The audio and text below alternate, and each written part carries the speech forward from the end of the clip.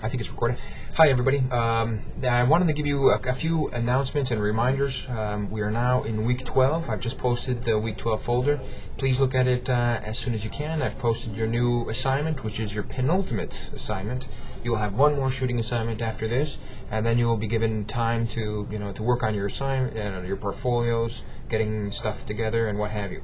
A reminder to those of you who are opting to do the book format using blurb.com that you should definitely give Blurb 2 weeks to work with to finalize printing your work and getting it together and all that, which means giving them everything they need, including the final design layout and obviously your payment.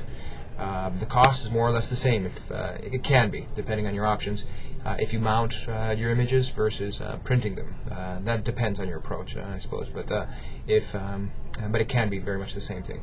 Anyway, again, please check your Week 12 folder.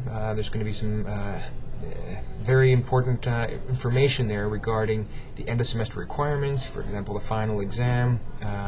Also, you have an option for those of you who need extra credit, there's going to be an option to make a slideshow of your own work. It can be a lot of fun. Be careful. This is coming with a warning. Making slideshows of your own work can be very addicting.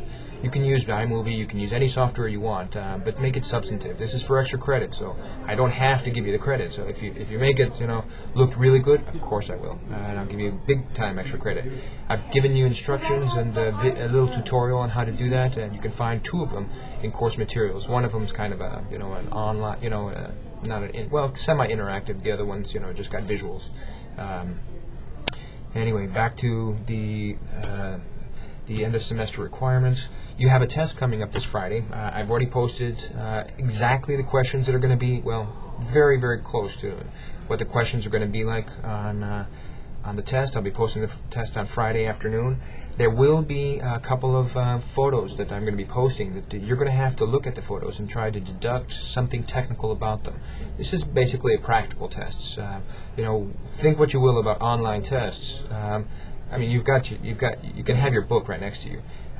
So what I like about practical tests is that you actually have to be thinking and seeing if you can apply this knowledge to a real-life situation.